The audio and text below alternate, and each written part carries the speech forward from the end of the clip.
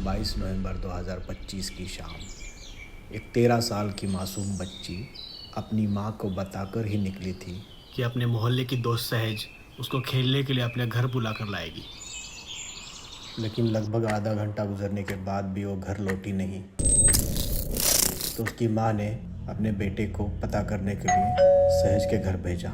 लेकिन सहज के पिता हरमिंदर सिंह उर्फ हैप्पी ने उसके भाई को कहा कि वो बच्ची तो यहाँ आई ही नहीं है, और वैसे भी सहज तो खुद अपनी माँ के साथ लुधियाना चली गई है। दिन दहाड़ एक शांत और सुरक्षित माने जाने वाली सोसाइटी से बच्ची का गुम हो जाना किसी को भी हैरान कर देगा।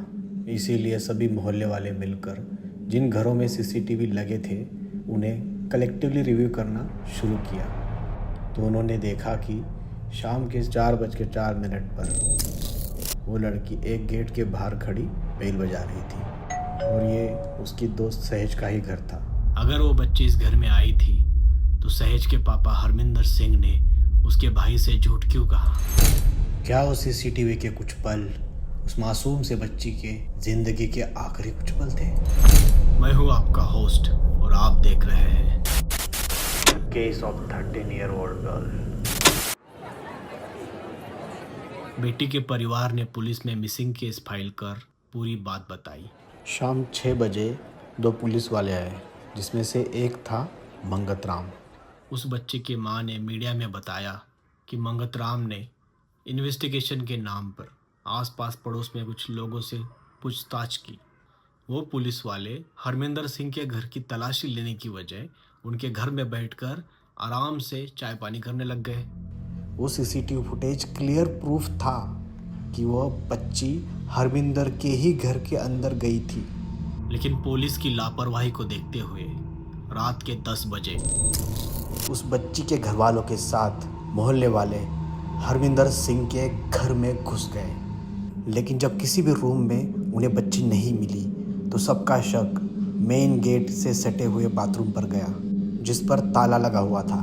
जैसे ही सबने मिलकर उस बाथरूम के ताले को तोड़ा, वैसे ही एक बहुत बड़ा खुलासा हुआ जो देखकर सबके रोंगटे खड़े हो गए। बाथरूम की फर्श पर वो बच्ची बेजान पड़ी थी।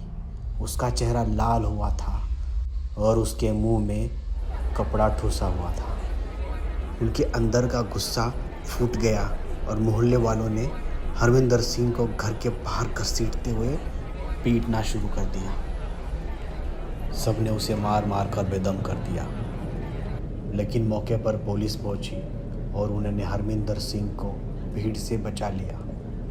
लगभग 50 साल का हरमिंदर सिंह जालंधर के एक स्कूल में बस चलाता था, जिसकी खुद की 2 बेटियां थीं, एक 24 साल की और दूसरी 14 साल की सहज। हरमिंदर ने पुलिस को कन्फेशन में बताया, वो बेटी अक्सर मेरी छोटी बेटी सहज के साथ खेलने आया करती थी।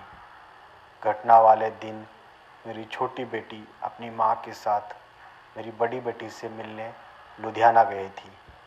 यह लड़की जब मेरी छोटी बेटी के साथ खेलने आई तो मैंने गेट खोलकर उसे अंदर बुला लिया। मैंने उसे नहीं बताया कि सहज घर पर नहीं है। मैं घर पर अकेला था, इसलिए मेरी नीयत बिगड़ गई और मैंने उसे अंदर बेडरूम में बुला लिया। उसने फिर से मेरी बेटी के बारे में पूछा और मैंने मौका देखकर उसे ज़बरदस्ती पकड़ लिया। मेरे इरादों से बेखबर वो बच्ची घबरा कर खुद को छुड़ाने लगी, और जैसे ही वो खुद को बचाने के लिए चीखने वाली थी, मैंने उसके मुंह में कपड़ा ठुसा दिया। मैं उसे हर हाल में अपने घर से बाहर जाने से रोकना चाहता था, और इसीलिए मैंने उसकी गर्दन ज़ोर से दबा दी और तब तक दबाए रखी जब तक उसने झपटना बंद नहीं किया। जब मुझे यकीन हो गया कि लड़की की मौत हो चुकी है तो मैंने बॉडी को बेडरूम से निकाल कर बाथरूम में छुपा दिया। मैं जानता था कि रात को जब बच्ची घर नहीं पहुंचेगी तो उसका परिवार ढूंढते हुए ज़रूर आएगा, इसलिए अपनी दोस्त से उसकी कार मांग ली।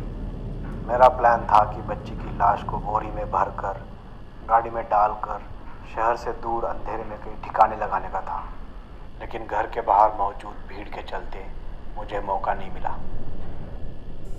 जरा सोचिए, ऐसा अपराध उस बंदे ने किया जिसकी खुद की 2 बेटियां थी। मतलब स्कूल के मासूम बच्चे ऐसे हैवान के कितने करीब थे, ये सोचकर डर लगता है। पोस्टमार्टम रिपोर्ट के अनुसार बच्ची के डेथ का टाइम और पुलिस के पहली बार हरमिंदर के घर आने का टाइम, इन दोनों में कुछ ज़्यादा डिफरेंस नहीं है। शायद उस बच्चे की जान बचाने का 1% चांस था, इसीलिए पुलिस की लापरवाही पर सभी का खून खौलता है। क्या हमारी न्याय व्यवस्था इतनी कमज़ोर है कि अपराधी के मन में कानून के लिए कोई डर ही नहीं है?